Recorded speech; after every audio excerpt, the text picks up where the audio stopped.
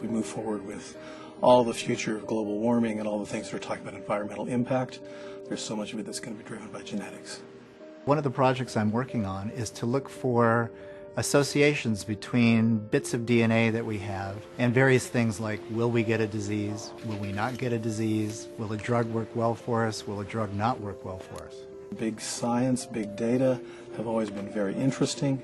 It's only been within the last probably 5 years that it's really become a passion.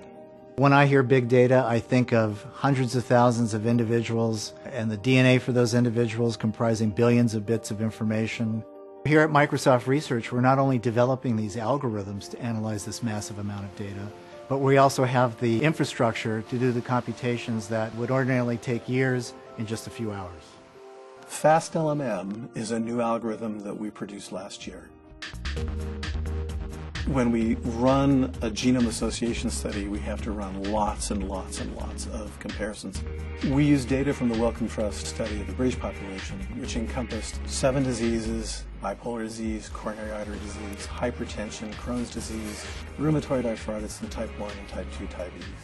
We are running roughly 500,000 SNPs by roughly 15,000 individuals.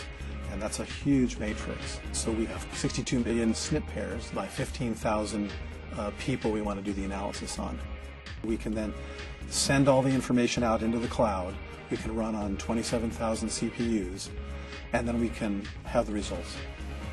Big computing is really where the problem that you're trying to solve is too large from the point of view of how much resources it would need, or would run for too long to run on a small number of machines.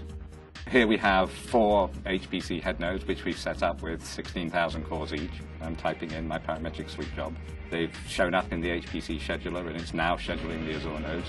Each one of these boxes is a machine, and you'll see the wave of activity as the scheduler starts the workload going. And if we were to watch this for 24 hours, it would stay pretty much exactly the same. And at that point, we will go and grab the data and bring it back down so we can analyze it.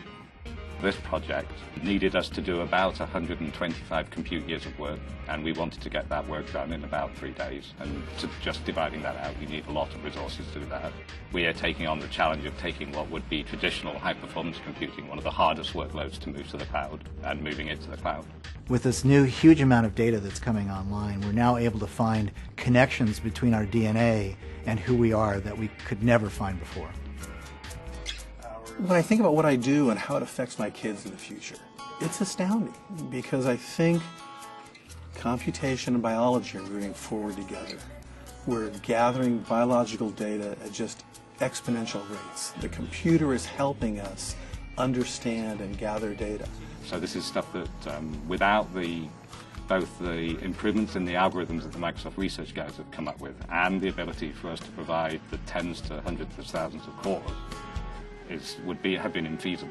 It's very compute intensive, very memory intensive, very CPU intensive, and it's making a real difference in the world. We're gaining lots more insight into what's going on in biology.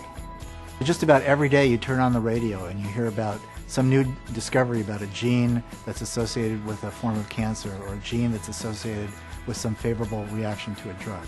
This is what's coming from the genomics revolution.